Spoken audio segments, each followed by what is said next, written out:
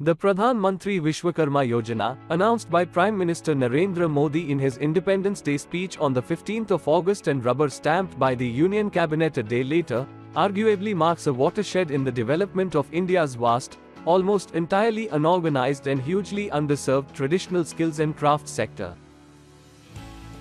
With an outlay of 13,000 crore rupees spread over 5 years, it aims to provide loan assistance of up to 3 lakh rupees in 2 tranches, at a concessional interest rate of 5% per annum. While primarily a financing plan, the Vishwakarma scheme also plans to provide skill upgradation, toolkit Sops, incentives for digital transactions and marketing support to traditional craftspersons.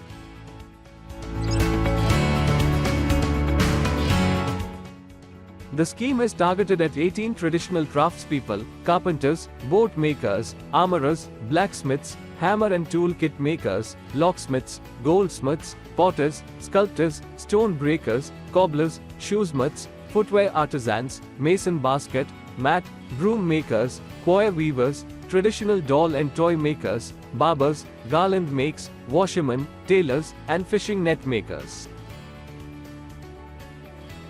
In fact, the Development Commissioner for Handicrafts, the government's nodal agency for craft and artisan-based activities, lists as many as 72 crafts under its Pehchan scheme, which provides an identity card for traditional craftspersons and artisans, which is a prerequisite for availing of existing assistance programs.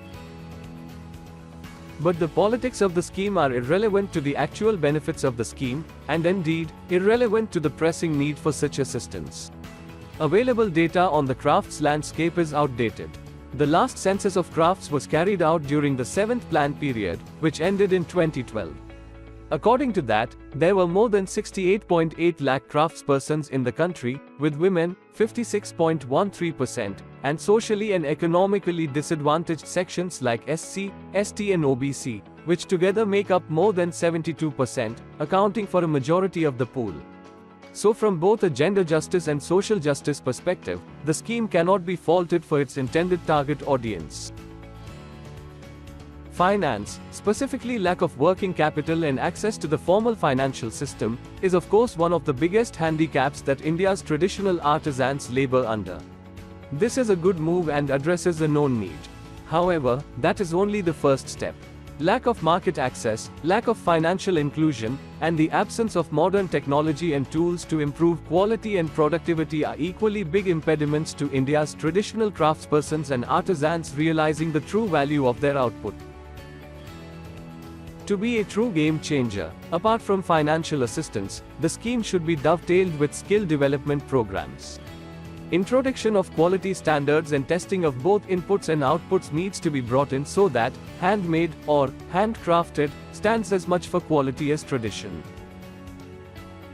The scheme's success hinges on its implementation, with digital tools promising targeted delivery.